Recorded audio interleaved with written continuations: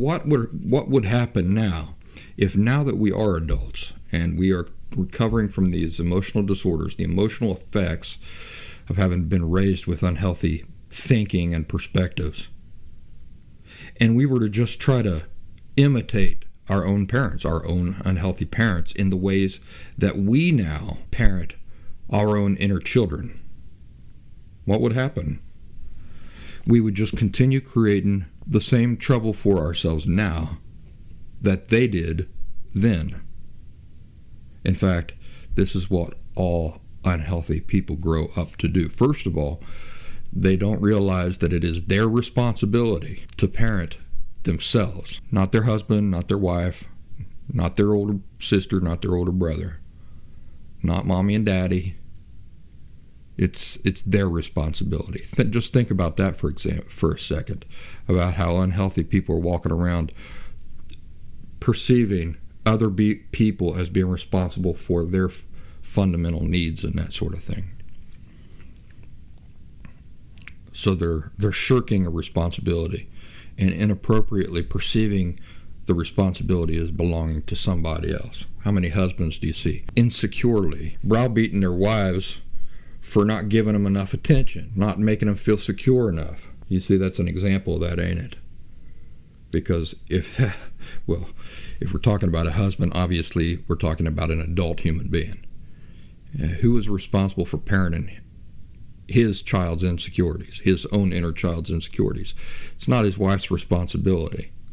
It's nice when she does fawn over him, but if he's feeling insecure, the resolution to that insecurity is not his wife. The responsibility for the resolution of that insecurity does not belong to his wife. It belongs to him. Right? He needs to figure out what that inner child is feeling insecure about. Provide reassurance to himself. Right? It's not the wife's responsibility. That's what I mean about all unhealthy people grow up to do this.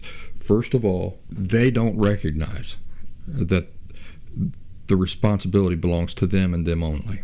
Secondly, even if they do recognize that the responsibility belongs to them and that they need to parent themselves, they do it the wrong way. They do it the same unhealthy way, the only unhealthy way they know, which is from the example that they were given growing up. Think about how unhealthy parents have unhealthy expectations. They're either too permissive. In other words, you don't need to have any expectations for yourself. Everything's fine. You just got to accept, and everybody's just got to learn to live with how you are.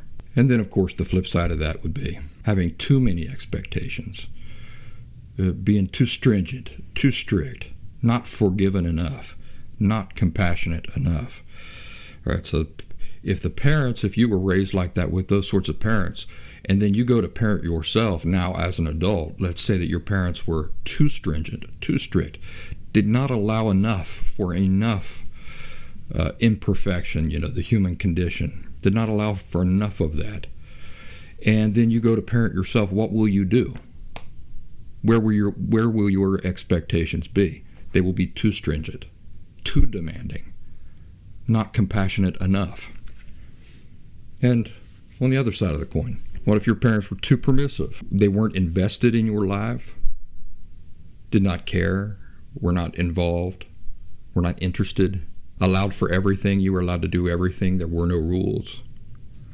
And now, when you go to parent yourself now as an adult, and that was your example, your parenting example, what will happen when you now parent yourself? Same thing, right? It's the example you grew up with. That's your idea of what good parenting is.